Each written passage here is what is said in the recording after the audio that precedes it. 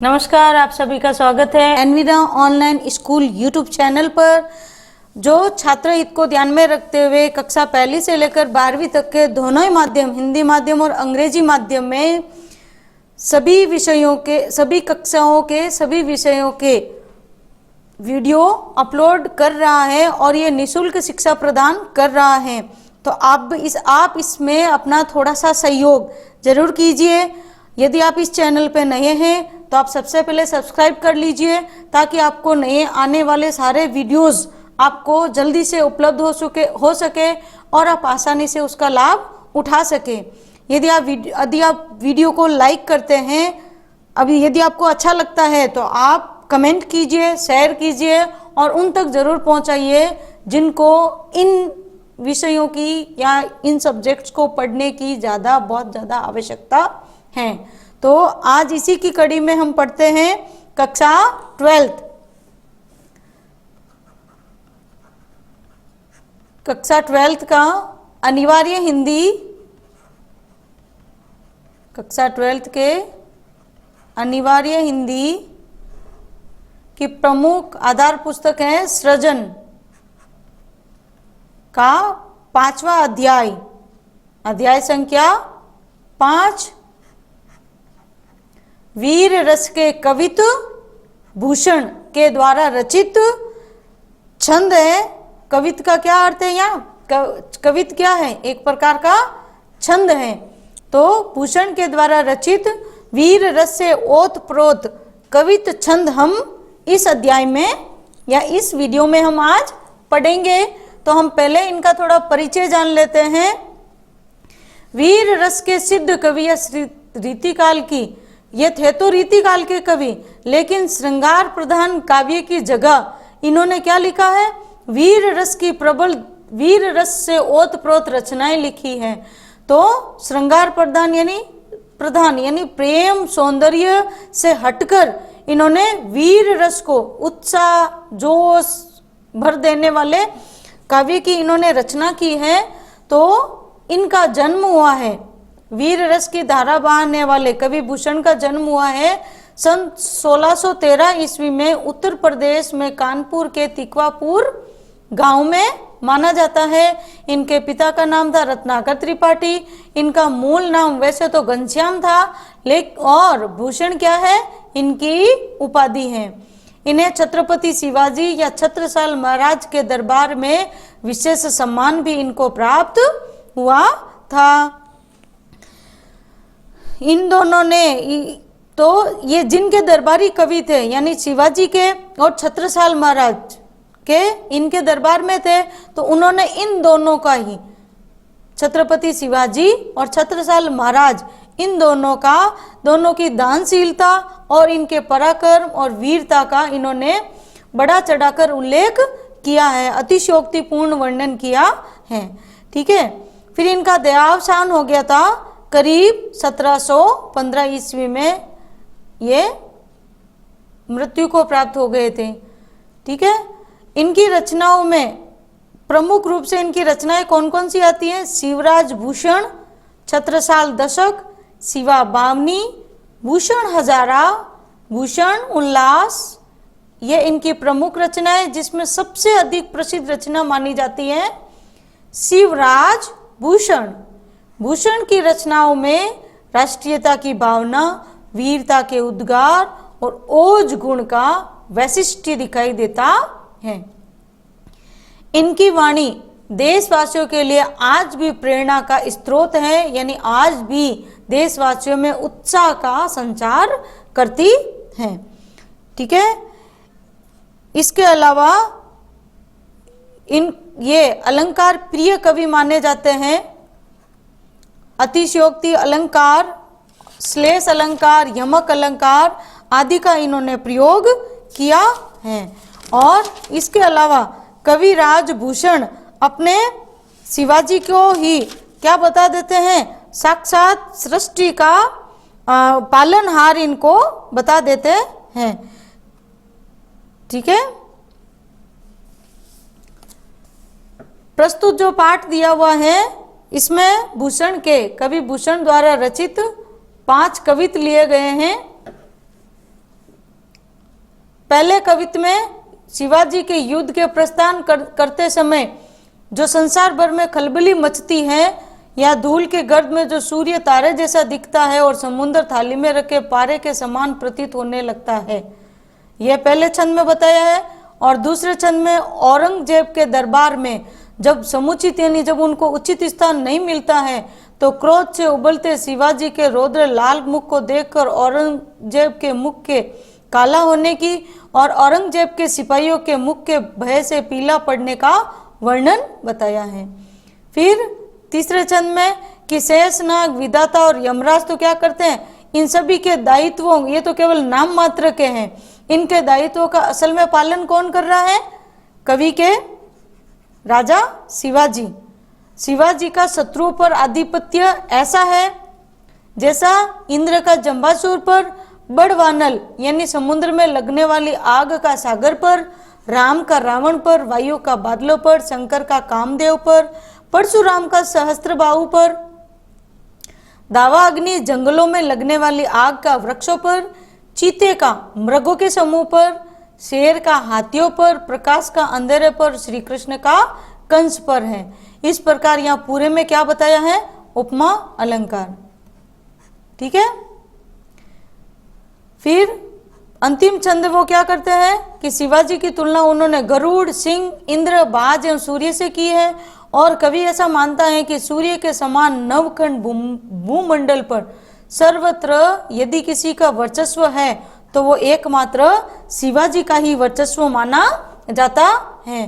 तो इस प्रकार उन्होंने क्या किया है, बढ़ा चढ़ाकर इसका वर्णन किया है। तो आइए हम आगे पढ़ते हैं इनका पहला छंद।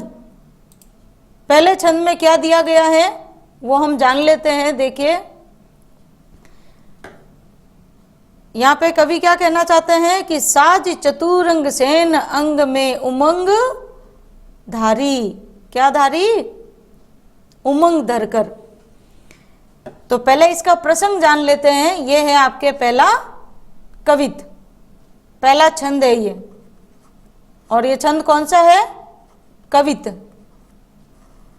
ठीक है। तो पहले हम इसका प्रसंग जान लेते हैं कि संदर्भ तथा प्रसंग इसका क्या होगा कि प्रस्तुत कवित हमारी पाठ्य पुस्तक कौन सी है, सृजन में संकलित कवि भूषण के छंदों से लिया गया है या उद्धृत है। इस छंद में कवि शिवाजी की विशाल सेना के युद्ध के लिए जाते हुए समय का अतिशयोक्तिपूर्ण वर्णन किया है या कर रहा है। ठीक है, आ गया प्रसंग समझ में। फिर देखिए साजी, साजी का अर्थ होता है सजाकर, यानी जब शिवाजी क्या करते हैं, सजाकर। क्या सजाते हैं, चतुरंग, यानी सेना के चारों अंगों को, सेना के चारों अंग सहित जब सेना के समाज को चतुरंग सेन, यानी जब सेना के चारों अंगों से युक्त सेना सजा करते हैं वो। और सेना के चारों अंग कौन से माने जाते हैं, हाथी, ठीक है, घोड़े, रथ पर, रथ और पैदल। तो सेना के ये चारों अंग माने जाते हैं। जब शिवाजी अपनी सेना के चारों अंग सहित जब वो सेना सजाकर चलते हैं, और सेना किस तरीके से चलते हो, प्रत्येक के अंग में उमंग, उमंग यानी उत्साह धरकर, उत्साह धारी यानी धारण करके, यानी वो उत्साह का धारण करके अपनी सेना के चारों अंगों को सजाकर जब चलते हैं। कैसे चलते हैं कि सर्जा शिवाजी, सर्जा यानी ये क्या है, शिवाजी की उपाधि है, शिवाजी को दी जाने वाली उपाधि है। सर्जा यानी सभी में श्रेष्ठ, मराठा में श्रेष्ठ सर्जा, मराठाओं में उपाधि दी जाती है। शिवाजी जब जंग जीतन चलत हैं, यानी जब शिवाजी युद्ध में विजय पाने के लिए विशाल सेना यानी सेना के चारों अंगों सहित सेना को सजाकर और मन में उत्साह भरकर चलते हैं, तब क्या होता है, भूषण बनत, कवि भूषण कहते हैं। यहाँ भूषण क्या है, कवि के लिए आया, खुद स्वयं के लिए। कवि बनत यानी कहते हैं, कवि भूषण कहते हैं कि नाद बिहद नगारण के, नाद बिहद, बिहद यानी भारी, नाद यानी शब्द, नगारण नगाड़ों के। तो क्या होता है जब उत्साह बढ़कर चलता है ना, तो सेना के नगाड़ों का भारी नाद गूंजने लगता है। ठीक है, और फिर क्या होता है कि नदी नद मद गे बरन के रलत है। नदी नद, नदी नद यानी विशाल नदी, नदी नदी नद यानी विशाल नदी, नदियां बहने लगती हैं। कैसे बहने लगती हैं विशाल नदियां, कैसे बहती हैं? मद यानी हाथियों के कनपट्टियों से, गेबरन, गेबरन यानी हाथियों के, ठीक है, हाथियों के कनपट्टियों से बहने वाला द्रव, यानी हाथियों के कनपट्टी से बहने वाले द्रव से क्या होने लगती है कि नदी और नद बहने लगते हैं, यानी विशाल नदियां तक बहनी, यानी इतना पसीना बहता है कि हाथियों की कनपट्टियों से टपकने वाले मद यानी पसीने से नदी और नद बहने लगते हैं। रलत हैं, रलत है यानी बहने लगते हैं। ठीक है, फिर क्या होता है कि एल फैल यानी सेनाओं के चलने मात्र से या सेनाओं के फैलने से, सेनाओं के फैलने से, जब चलेगी तो इधर उधर फैलती है ना, तो सेनाओं के फैल से एल फैल खेल भेल, खेल भेल यानी खलबली मचना, खलबली या भय, खलक यानी संसार की में, गेल गेल यानी गली गली में, संसार की गली गली में। अतिशयोक्तिपूर्ण वर्णन हुआ है, देखो या सभी मार्गों में क्या होने लगती है, खलबली या भय मच जाता है। ठीक है, यानी शिवाजी की सेना के आगे बढ़ने पर सारे संसार की गली गली में खलबली मचने लग जाती हैं। और क्या होता है, गजन, गजन यानी हाथियों के, हाथियों की ठेल पेल, ठेल पेल का अर्थ है कि धक्कों से, हाथियों का एक उधर एक दूसरे से धक्का लगता है, धक्कों से क्या होता है, सेल, सेल यानी पर्वत, पर्वत के पर्वत उछलत उखड़ने लगते हैं, पर्वत के पर्वत उखड़ने लगते हैं। तारा सो तरणी यानी धुरी धारा में लगत जिमी, तारा सो तरणी यानी तारे के समान, तारे के समान, तरणी यानी सूर्य, धुरी धारा धूल भरे गुबार में, धूल भरे गुबार में, लगत लगता है, जिमियन जैसे, किसके समान लगता है, तो इसके लाइन आगे दे रखी है, देखो, थारा पर पारा पारा वारियों हलत है, दिखने वाला सूर्य किसके समान, तारे के समान, इतना छोटा एकदम टिमटिमाते जैसा दिखाई देने लगता है। और थारा पर पारा, पारा वार यों हलत है, तो थारा यानी थाल, और ये जो समुद्र है वो किसके समान, थाली में रखे हुए पारे, एक द्रव होता है जो लिक्विड अवस्था में पाया जाता है, तो पारे के समान समुद्र यों हलत है यानी डोलने लगता है। समुद्र की दशा कैसी हो जाती है, थाली, थाल होता है, थाल में पारा भरते हैं या जैसे पारा जो थाल में अगर अपन लेके चलेंगे तो वो तो ऐसे हिलेगा ही ना, तो समुद्र भी उस थाल में रखे पारे के समान डोलने लगता है। तो ये इस तरीके से क्या दिया है इन्होंने, इनका वर्णन किया है। कैसे, ये वापस देख लेते हैं। साजी चतुरंग सेन अंग में उमंग धरी। कवि भूषण कहते हैं कि जब शिवाजी युद्ध में विजय पाने के लिए विशाल सेना सजाकर और मन में उत्साह भरकर चलते हैं, तो भूषण बनत नाद बिहद नगारन के, और शिवाजी की सेना और हाथियों की सेना के नगाड़ों का भारी नाद गूंजने लगता है। हाथियों की कनपटियों से टपकने वाले मत्स्य नदी और नद बहने लगते हैं। शिवाजी की सेना के आगे बढ़ने पर सारे संसार की गली में भी खलबली मच जाती है।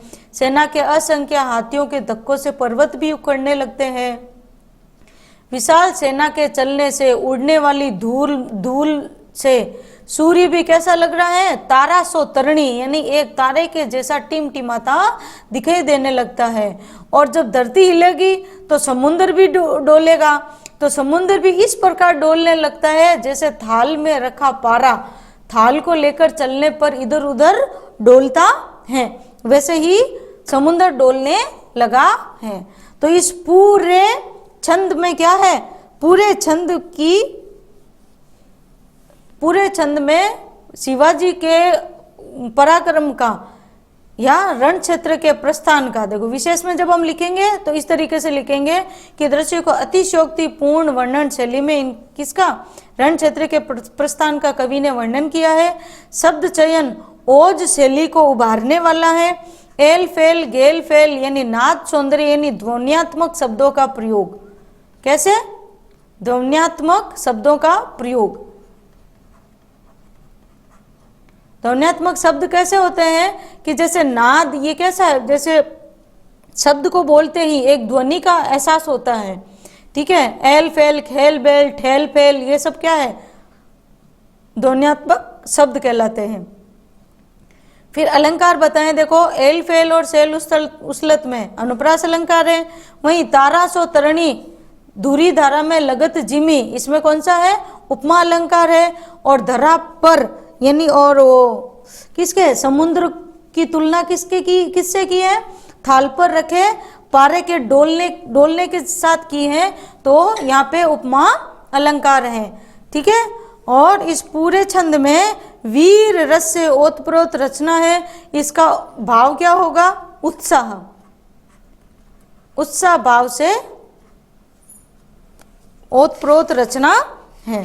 तो आगे आपको ये समझ में, जहाँ कहीं नहीं समझ में आए तो आप फिर से कमेंट करके पूछ सकते हैं। और ये जहाँ कहीं भी आपको थोड़ा बहुत लगता है कि यहाँ सही नहीं बताया गया तो वहाँ पे भी आप कमेंट कर सकते हैं, ठीक है। अब आइए बढ़ते हैं दूसरे छंद की तरफ।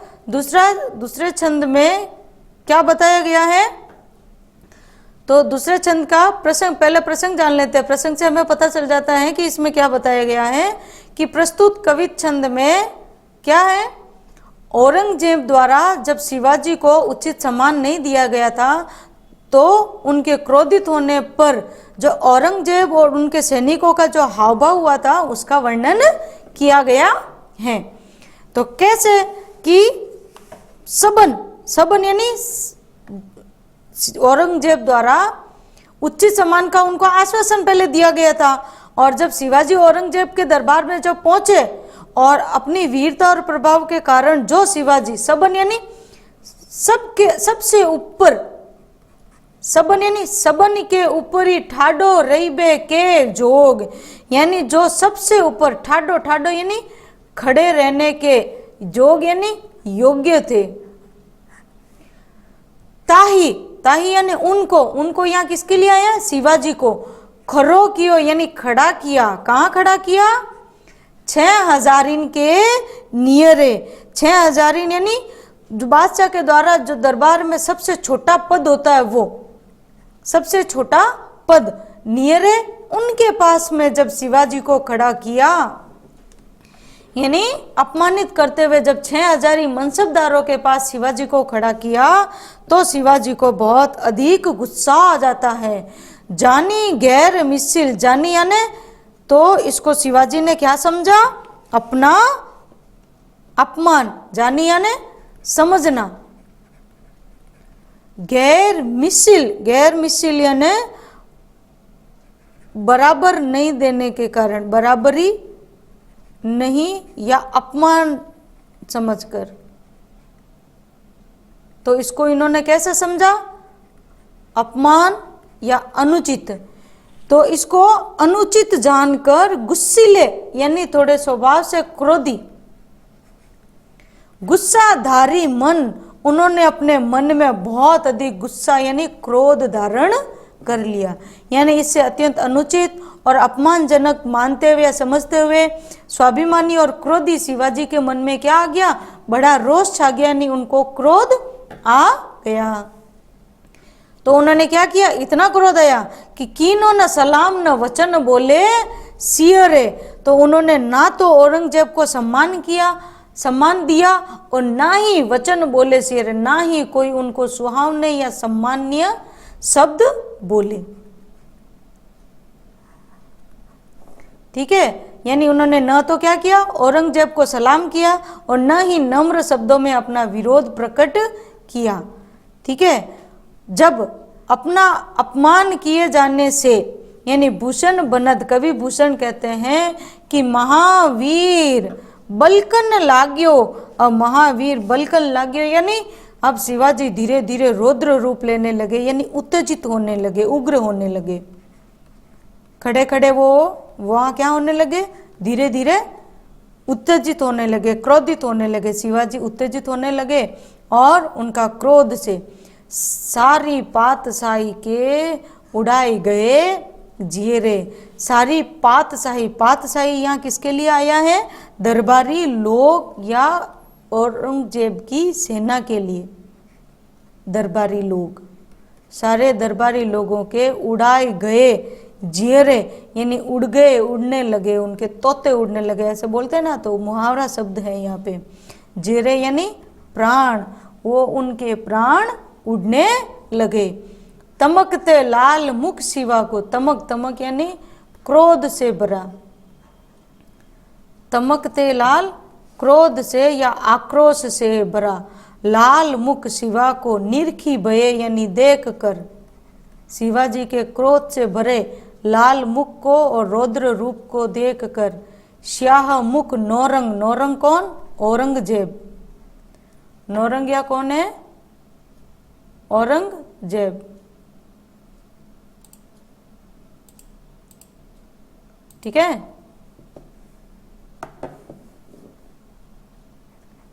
औरंगजेब का तो मुख कैसा हो जाता है, औरंगजेब का मुख तो हो जाता है श्याह मुख यानी काला पड़ना, उनका मुख तो काला पड़ जाता है। ठीक है, और सिपाह मुख पियरे, और सिपाहियों के मुख भय के कारण कैसे पड़ जाते हैं, पीले पड़ गए। यानी जब औरंगजेब के द्वारा उचित सम्मान उनको नहीं दिया गया था, सबके ऊपर खड़े रहने के योग्य थे, फिर भी उनको जब नहीं दिया, यानी ताई खरो कियो 6000 के नियरे, जब उनको मनसूबदारों के साथ में पास में खड़ा किया तो इसे अत्यंत उनको अनुचित और अपमानित समझकर गुस्सीले गुस्साधारी मन, उनके मन में बहुत अधिक क्रोध छा जाता है। किन्हों न सलाम न वचन बोले सिरे, उन्होंने औरंगजेब को ना ही तो सलाम किया और ना ही उनको कोई सुहावने वचन बोले, वो नम्र वचन भी नहीं बोले। भूषण बनद, कवि भूषण कहते हैं कि महावीर यहाँ किसके लिए आया है, वीर शिवाजी के लिए। वीर शिवाजी धीरे धीरे अपने इस अपमान को सहन नहीं कर पाए और बलकन लागियो, उत्तेजित होने लगे। सारी पातशाही के उड़ाए गए जियरे, तमकते लाल मुख शिवा को निरखी भये, यानी क्रोध से भरे शिवा के लाल मुख को देखकर सारी पातशाही यानी दरबारी लोगों के तो प्राण उड़ने लगे। और उनके इस मुख को देखकर औरंगजेब का मुख, श्याही मुख नौरंग, औरंगजेब का मुख तो झेप के कारण काला पड़ गया और उनके सिपाहियों के मुख सिपाह मुख पियरे, और सिपाहियों के मुख कैसे हो गए, भय से पीले पड़ गए। तो यहाँ शिवाजी का कैसा वर्णन हुआ है, उनकी कैसी कवि ने शिवाजी को स्वाभिमानी और साहसी वीर पुरुष के रूप में चित्रित किया है तथा सिपाहियों के प्रति अपनी प्रतिक्रिया दिखाने में शिवाजी का अतिशयोक्तिपूर्ण प्रयोग किया है, यानी उनके पराक्रम का।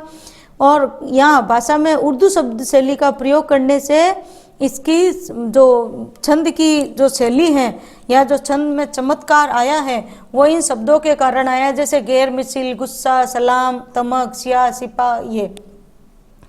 फिर इसके अलावा गैर मिसिल, गुस्सिले गुस्सा में तो अनुप्रास है, और तमकते लाल मुख शिवा को निरख भये, इसमें कौन सा अलंकार है? अतिशयोक्ति अलंकार का प्रयोग हुआ है। तो आगे यहाँ पे समझ में आपको ये छंद अच्छे से। आइए बढ़ते हैं अगले छंद की ओर। अगला छंद कौन सा दिया गया है? इसमें क्या बताया गया है? छंद संख्या 3 कि तेरे ही बुझानी पर भूतल को भार। पर पहले इसका हम जान लेते हैं प्रसंग।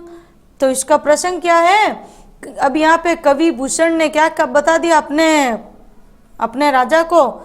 वो शिवाजी को इतना पसंद करते थे कि उनके प्रति जो रचनाएं लिखी हैं, अब इस प्रसंग में उन्होंने क्या बता दिया उनको कि पृथ्वी का भार धारण करने का और संसार का भरण पोषण वास्तव में किन्होंने?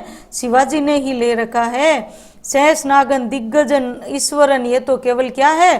केवल नाम मात्र के हैं, यानी इनका केवल नाम है। सही अर्थों में तो इस पृथ्वी का रक्षक कौन है? रक्षक कौन, पालनहार कौन, भार उठाने वाले को? कवि के अनुसार सब कौन है? सारे के सारे शिवाजी ही है। ठीक है, तो देखते हैं, व्याख्या करें हम। कवि क्या कह रहा है कि बुझानी, कवि भूषण कहते हैं कि हे साहा पुत्र सर्जा शिवाजी, इस संसार का भार वास्तव में तो भूतल, यानी इस संसार का भार वास्तव में किस पे है? आपकी ही भुजाओं पर टिका हुआ है। कई बेको शेष नाग दिग नाग हिमाचल है, केवल शेष नाग, दिग्गज तथा हिमालय आदि पर्वत तो कहने के लिए भूधर है। ये तो केवल कहने मात्र के लिए ही भूधर है, यानी भूधर यानी धरती को धारण करने वाले हैं। वास्तव में तो हे शिवाजी, तेरो अवतार जग पोषण भरण हार। वास्तव में आपका अवतार किसके लिए हुआ है? इस सारे जगत की किसके लिए? पोषण भरण हार, यानी सुरक्षा और पालन पोषण के लिए हुआ है। इस काम में ईश्वर की कोई भूमिका नहीं है। यही दिया है कि कछु करतार, कछु यानी कुछ भी, करतार यानी ईश्वर को न ता मदी अमल है, यानी मदी यानी ता मदी यानी उसमें, अमल यानी उनके द्वारा पे तो कोई भी प्रयत्न या कार्य नहीं किया गया है। ठीक है, यानी इस ईश्वरीय विद्यता का उसमें कुछ भी कार्य शामिल नहीं है। सारा जो भी किया है वो सारा आपने किया है। इस संसार का पोषण भरण सारा आप करते हो, ईश्वर की इसमें कोई भूमिका नहीं है। साही तने सर्जा समत शिवराज कवि, यानी हे सर्व समर्थ, समर्थ यानी सर्व समर्थ, सभी पराक्रम, बल, श्रेष्ठता, वीर आदि गुणों से समर्थ शिवाजी महाराज सच कहे तो कवि भूषण कहते हैं कि जीवो तेरो ही सफल है। कवि भूषण कहते वास्तव में आपका तो जीना ही कैसा है? सफल है, यानी सार्थक है। साही तने सर्जा, यानी आपको जो ये शाही की जो सर्जा की उपाधि मिली है वो आप सर्वसमर्थ है और आपका जीना कैसा माना गया है? सार्थक माना गया है। शाही तने, आप महाराज शाह के तने यानी पुत्र, महाराज शाह के पुत्र सर्जा उपाधि से सर्वसमर्थ शिवाजी महाराज, आपका जन्म कैसा है? सफल माना गया है। ठीक है, फिर आगे क्या कह रहे हैं कि तेरो कर बाल करे मलेच्छन को काल, यानी आपका जो तेरो कर बाल यानी केवल तुम्हारी तलवार ही, कर बाल तलवार, आपकी तलवार ही करे मलेच्छन को, मलेच्छन यहाँ किसके लिए आया है? अत्याचारी मुगलों के लिए, मुगलों के लिए किसका काम करती है? काल बनने का काम करती है, यानी तुम्हारी तलवार ही अत्याचारी मुगलों का अंत करने वाली है। बिन काज होत काल बदनाम धरातल है, इस धरती पर तो कौन? काल यूं ही यानी व्यर्थ में ही बदनाम होता चला आ रहा है कि काल सबकी जान ले लेता है, यानी वो मृत्यु के देवता सबकी जान ले लेते हैं, जबकि वास्तव में तो जान कौन लेता है इन अत्याचारी मुगलों की? आपकी तलवार। तो यहाँ पे सब जग के पोषणहार, भरणहार, धरती का भार उठाने वाले और यहाँ तक कि काल तक, यानी शिवाजी के प्रति कवि का अपना जो कर्तव्य है कि एक दरबारी कवि होने का जो भाव होता है, जो उनका फर्ज होता है, वो यहाँ पूरी तरीके से चित्रित हुआ है। तो देखते इसमें विशेष देखें कि कवि ने शिवाजी महाराज को कैसा एक कर्तव्यनिष्ठ शासक सिद्ध किया है, यानी एक राजा कैसा होना चाहिए उसके यहाँ पे क्या बताए हैं? सारे गुण बताए हैं कि जब दुष्टों से जनता की रक्षा करने वाले और भरण पोषण की समुचित करने वाले शासक का ही जीवन धन्य माना जाता है। और भाषा कैसी है? समर्थ, ओजपूर्ण और साहित्यिक ब्रज भाषा का प्रयोग है। शैली कैसी है? उत्साहपूर्ण है और वीर रस को जगाने वाली। ठीक है, साहित्य ने सर्जा समत शिवराज में अनुप्रास और छंद में शिवाजी के सामर्थ्य और कर्तव्य निष्ठा का अतिशयोक्तिपूर्ण वर्णन होने से यहाँ अतिशयोक्ति अलंकार है। ठीक है, आया समझ में आपको? अब आइए बढ़ते हैं अगले छंद की ओर। छंद संख्या चौथा या पद्यांश चतुर्थ। ठीक है, इसका प्रसंग क्या है? आइए पहले जान लेते हैं इसके प्रसंग से, ताकि हमें पता चल जाए कि इसमें क्या बताया गया है। तो इसमें तुलना करता है कवि किससे? अनेक उदाहरणों के द्वारा अन्यायी मुगल शासकों पर शिवाजी के आतंक का वर्णन कर रहा है। तुलना तो आगे वाले पे या अधिकार बता रहा है कि किस प्रकार अधिकार होता है, किसका किस पर अधिकार है वो यहाँ पे पता चलेगा। ठीक है, आइए देखते हैं कि इंद्र जिमी जंब पर, यानी जिस प्रकार देवराज इंद्र, इंद्र किसके? देवराज इंद्र का किस पे अधिकार माना गया है? जंबासुर।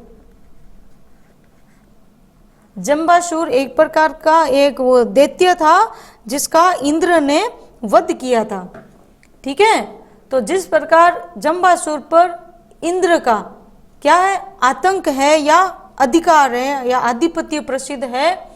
बाड़व ज्यो अंब पर, और बाड़व यानी अग्नि का बड़ वानल, और जिस प्रकार समुद्र में यानी बाड़व ज्यो यानी जिस समुद्र में, बाड़व का अर्थ होता है समुद्र में लगने वाली आग, यानी समुद्र की आग, समुद्र की आग का जिस प्रकार अंब पर यानी किस पर? जल पर। आमतौर पर जल आग बुझाने का काम करता है, वहीं बड़ वानल जो होती है जो समुद्र में आग लगती है, सुनामी जिसको बोलते हैं वो। ठीक है, जो जल को भी जला देती हैं। रावण सदंब पर रघुकुल राज है, रावण के अहंकार पर, सदंब पर यानी अहंकार पर, रघुकुल राज यानी राम का आधिपत्य माना जाता है। ठीक है, पौन वारी वाह पर, जिस प्रकार पौन यानी पवन का या वायु का किस पे आधिपत्य माना जाता है? वारी वाह यानी बादलों पर। शंभु रतिना पर, भगवान शंभु यानी शिव, भगवान शिव का आधिपत्य माना जाता है। रति नाह यानी रति के स्वामी कौन है? रति के स्वामी या रति के पति कामदेव, कामदेव पर माना जाता है। जो सहस्त्रबाहु, सहस्त्रबाहु कौन था? एक राक्षस था। ठीक है, एक पौराणिक राजा या राक्षस था जिसका वध किया था द्विजराज यानी ब्राह्मणों के देवता परशुराम ने। ठीक है, दावा द्रुम दंड पर, दावा किसका, दावा नल यानी जंगल में लगने वाली आग, जंगलों की आग। दावा यानी जंगल की जो आग लगती है वो हरे हो चाहे कैसे भी, हरे भरे वृक्षों को भी, द्रुम दुंड यानी वृक्षों पर, वृक्षों को जला डालती है। पर चीता मृग झुंड पर, और चीता का अधिपति किस पर माना जाता है, मृग झुंड यानी हिरणों के झुंड पर, ठीक है। और हरिणों के समूह, हरिणों के समूह पर, चीता का अधिपति किस पे माना जाता है, हरिणों के समूह पर। भूषण वितुंड पर, जैसे मृगराज है, वितुंड पर, किस पे, वितुंड, वितुंड यानी हाथी, हाथियों पर किसका अधिकार माना जाता है, मृगराज किसको बोलते हैं, सिंह यानी शेर को, शेर का अधिकार माना जाता है हाथियों पर। तेजतम और प्रकाश का आधिपत्य किस पे माना जाता है, तम यानी अंधकार पर। अंश, अंश है यहाँ पे कंस, सॉरी तम अंश पर, अंधकार के अंश पर किसका अधिपत्य माना जाता है, प्रकाश का। कान्हा जिम्मी कंस पर, जिस प्रकार कंस पर कृष्ण का, कान्हा कृष्ण का आधिपत्य या आतंक है, यो मल्लेच वंश पर, और इसी प्रकार मल्लेच वंश यानी मुगल वंश पे, मल्लेच वंश मुगल वंश पर। शेर शिवराज हैं, शेर शिवराज है अर्थात उन पर किसका आधिपत्य माना गया है, शिवाजी का आधिपत्य माना गया है, ठीक है। यहाँ शेर का मतलब है शेर, ठीक है। आगे समझ देखियो, अब इसका व्याख्या कर लेते हम अच्छे से कि इंद्र जिम्मी जंब पर, बाढ़व ज्यों अम्ब पर। कविभूषण कहते हैं कि जिस प्रकार देवराज इंद्र का जंबासुर पर आधिपत्य प्रसिद्ध माना जाता है, और बाढ़व ज्यों अम्ब पर, जिस प्रकार जल को जला देने वाली वडवाग्नि, जिस जड़ वडवाग्नि से जल हमेशा भयभीत रहता है। रावण सदंब पर रघुकुल राज है, रावण सदंब पर यानी अहंकारी रावण पर भगवान राम का आधिपत्य सब जानते हैं। पवन वारीवाह पर, शंभु रति नाह पर, यानी पवन का बादलों पर, शिवजी का रति के पति कामदेव पर। जो सहस्त्रबाहु पर राम द्विज राज है, और राजा सहस्त्रबाहु पर ब्राह्मणों में श्रेष्ठ परशुराम का आधिपत्य माना जाता है। दावा द्रुंड दंड द्रुम दंड पर, यानी बड़ वृक्षों का, वृक्षों के ऊपर किसका आधिपत्य है, दावानल का, यानी किसमें, जंगलों में लगने वाली आग का। और चित्ता मृग झुंड पर, चित्ते का आधिपत्य माना जाता है हरिणों के समूह पर माना जाता है। हाथी पर सिंह का माना जाता है। और प्रकाश का आधिपत्य अंधकार पर भगवान कृष्ण का कंस पर जिस प्रकार आधिपत्य इन सब का जिन जिन पर बताया है, उन सब के साथ जैसा का जैसा किनका, उसी प्रकार संपूर्ण अत्याचारी मुगल शासकों पर शिवाजी महाराज का आतंक छाया हुआ है, ठीक है। इन सभी में शेर, इन सभी में शेर कौन, महाराज शिवाजी का आतंक इन मुगलों पर छाया हुआ है, ठीक है। देखो विशेष में मैंने ऐसे थोड़ा थोड़ा आपके लिए बताया है कि जो जो बताया है अभी आपके मन में भी तो आता ही है ना कि कैसा किस तरीके से, ठीक है। यानी इंद्र ने जंबासुर का वध किया था, ठीक है। और बड़वानल एक प्रकार की अग्नि है जो समुद्र के जल को जलाती है। शिवजी ने कामदेव को उनकी तपस्या में विघ्न डालने के कारण उनको तीसरी आंख खोलकर भस्म किया था। सहस्त्रबाहु राजा को परशुराम ने उनके पिता को, उनके परशुराम के पिता को जब सहस्त्रबाहु ने परेशान किया था तो सहस्त्रबाहु का वध किया था इन्होंने। ठीक है। फिर शिवाजी महाराज के दूसरा पॉइंट देखिए, शिवाजी महाराज के पराक्रम और शत्रु पर छाए उनके आतंक का कवि ने ओजपूर्ण भाषा शैली में वर्णन किया है। तीसरा है नाच सौंदर्य, जैसा पहले भी बताया गया है। समान ध्वनि वाले शब्दों का चयन है। जंब पर अम्ब पर, यानी कैसे तुकबद्ध रचना है। ठीक है। अनुप्रास और उदाहरणों की लड़ी का अलंकारिक प्रयोग दर्शनीय है। उदाहरण दिया ना, इनका जैसे इनका, जैसे इनका, जैसे इनका, तो और उपमा और उदाहरण दोनों साथ साथ आए हैं। फिर वीर रस की अनुभूति हो रही है इस छंद को पढ़कर। ठीक है। और कुछ हमें पौराणिक के बारे में, यानी अपने प्राचीन वेदों, प्राचीन मान्यता या पौराणिक कथा के भी बारे में जानने का अवसर मिला है। आगे समझ में। अब आइए देखते हैं अगला छंद। छंद संख्या 5 दे रखा है। ये क्या बता रहा है आपको? ठीक है, अंतिम छंद है ये आपके, कि गरुड़ को दावा जैसे नाग के समूह पर। अब यहाँ पे पूरी उपमा बताई गई है, तो किस तरीके से बताई है वो हम देख लेते हैं। ठीक है।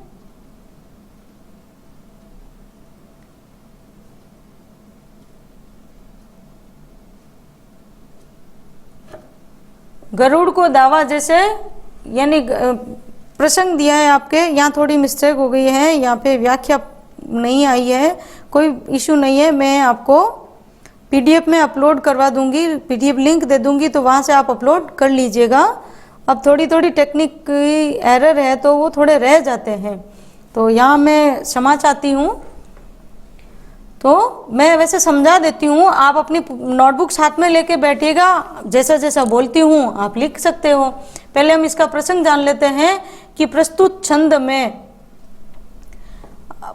में कवि ने अपने आश्रयदाता और काव्य नायक शिवाजी के प्रताप और दबदबे का उदाहरण सहित इन्होंने वर्णन किया है।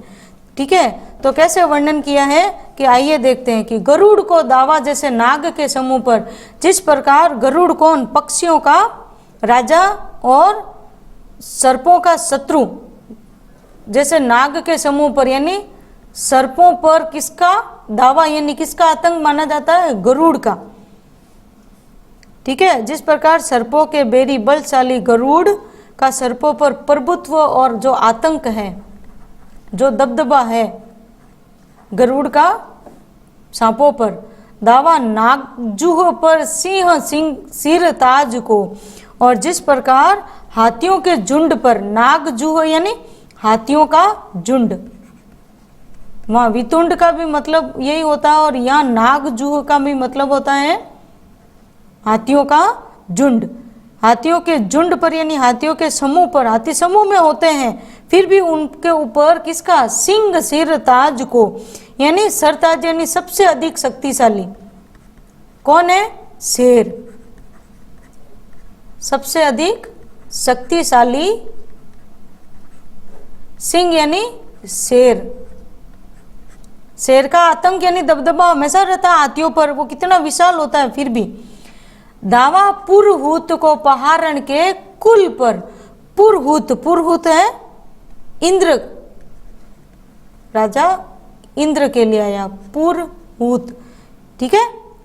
इंद्र पर, इंद्र का किसका है? संपूर्ण पहारण के कुल पर, यानी संपूर्ण पर्वतों के वंश पर, संपूर्ण पर्वतों पर इंद्र का आधिपत्य माना जाता है। दावा सबे पक्षिन के गोल पर बाज को, सभी पक्षियों के, पक्षिन यानी सभी पक्षियों में, सभी पक्षियों के गोल यानी लक्ष्य पर, सभी पक्षियों का गोल हो, और उन सभी गोल में सबसे श्रेष्ठ गोल यानी लक्ष्य किसका होता है? बाज का। एक शिकारी पक्षी होता है जो, जिसका सभी पक्षियों पर आधिपत्य यानी भय बना रहता है। भूषण अखंड नवखंडमय मंडल में, जिस प्रकार यानी गरुड़ का सांपों के समूह पर, और शेर का हाथियों के समूह पर, देवराज इंद्र का पहाड़ पर्वतों के वंश पर, और पक्षियों पर जिस प्रकार बाज का आतंक या दबदबा रहते हैं, उसी प्रकार कवि भूषण कहते हैं कि अखंड, अखंड यानी संपूर्ण, अविभाज्य नवखंड यानी 9 खंडों वाली या 9 भागों वाली। महीमंडल, महीमंडल यानी इस पृथ्वी के, पृथ्वी में क्या कि तम पर दावा यानी तम यानी अंधकार पर, जिस प्रकार अंधकार पर किसका आधिपत्य होता है, रवि किरण समाज यानी सूर्य के प्रकाश का या सूर्य के किरणों की समूह का, सूर्य के किरणों के समूह का आधिपत्य माना जाता है। पूर्व पच्छा देश दक्षिण ते उत्तर लो, पूर्व से पच्छा, पच्छा यानी पश्चिम तक, पूर्व से लेकर पश्चिम तक, ठीक है, या संपूर्ण देश के, किसके, संपूर्ण देश के पूर्व पश्चिम उत्तर दक्षिण, उत्तर दक्षिण, पूरब से लेकर पश्चिम तक और उत्तर से लेकर दक्षिण तक, सभी दिशाओं में, संपूर्ण राज्य में, देश में, ठीक है। जहां पातशाही, जहां जहां किसका पातशाही यानी जहां जहां मुगलों का शासन है, तहां दावा शिवराज को, वहां किसका दावा है, वहां पर शिवाजी का दावा यानी आतंक या दबदबा हमेशा छाया रहता है, ठीक है। वो हमेशा इनसे शिवाजी से भयभीत रहते हैं। तो हम ये आपको व्याख्या समझ में आ गई होगी, आप लिख लेना नोटबुक में, जहाँ कहीं नहीं समझ में आया तो कमेंट करके पूछ लेना। फिर भी विशेष बता देती हूँ इसमें कि महाराज शिवाजी महाराज के प्रताप और शत्रुओं पर छाए उनके आतंक का ओजपूर्ण भाषा शैली में वर्णन हुआ है, ठीक है। अखंड, नवखंड और महीमंडल में अनुप्रास अलंकार की मालोपमा उदाहरण की भी सुंदर साज और अतिशयोक्ति तो आपको किसी में भी भूलना ही नहीं है। अतिशयोक्ति तो इन 5 छंदों में है, ठीक है। भाषा कैसी है, प्रसंग और भावों के अनुकूल है, शब्द चयन पाठकों को मुग्ध कर रहा है, मोहित कर रहा है और वीर रस की छटा झलक रही है। अब आइए बढ़ते हैं इनके अभ्यास प्रश्न की ओर। अभ्यास प्रश्न में देखिए, वस्तुनिष्ठ प्रश्न सबसे पहले दिए गए हैं। बनत शब्द का अर्थ होता है कहना। कवि भूषण बनत यानी भूषण कहते हैं। कवि किसकी भुजाओं पर धरती का भार मानते हैं? कवि के वैसे तो देखो धरती का भार है शेषनाग और कछुए पर माना जाता है, लेकिन कवि तो किस पे मानता है? शिवाजी पर। तो इसका सही उत्तर क्या होगा? स शिवाजी। फिर अति लघुतरात्मक देखिए, भूषण के संकलित छंदों में कौन सा रस और कौन सा गुण माना गया है? तो रस तो कौन सा है? वीर रस और ओज गुण। वीर और उत्साह से ओतप्रोत रचना है ना, इसलिए। फिर कवि भूषण की कोई 2 रचना आपको लिखनी है, लिख सकते हो, ठीक है। एक तो इनकी प्रसिद्ध रचना शिवराज भूषण, ठीक है, और दूसरी छत्रसाल दशक। आपको जो याद हो वो आप लिख सकते हो। शिवा बावनी है वो आप भी लिख सकते हो, ठीक है। फिर देखिए लघुतरात्मक प्रश्न देखिए, भूषण ने अंधेरे पर किसका अधिकार बताया है? तो मैंने यहाँ उत्तर लिखा है आपके लिए कि कवि भूषण ने अंधकार पर सूर्य के प्रकाश का अधिकार बताया है, ठीक है। चौथे छंद में बताया कैसे कि तेजतम अंश पर, और 5वें छंद में भी कवि कहते हैं भूषण अखंड नवखंडमय मंडल में तम पर दावा रवि किरण समाज को, यानी सूर्य के उदय होते ही संपूर्ण पृथ्वी से अंधकार समाप्त हो जाता है, ठीक है।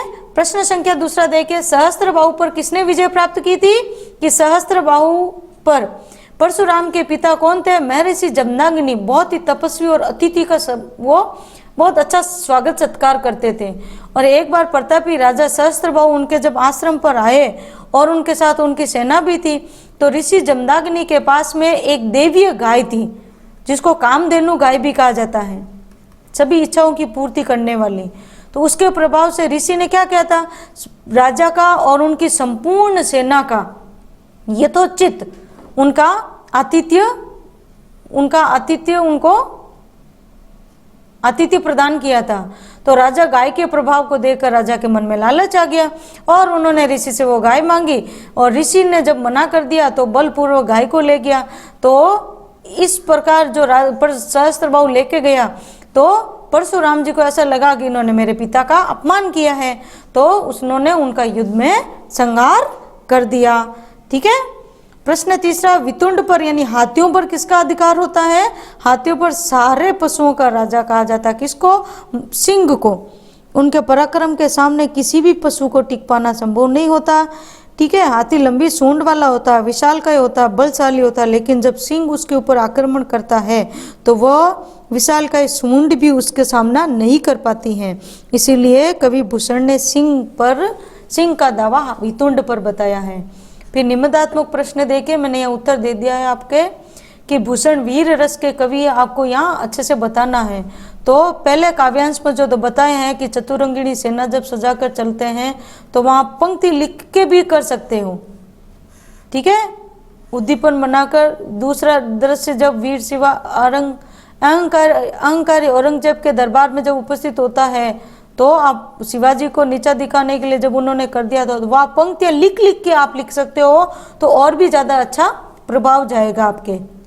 ठीक है।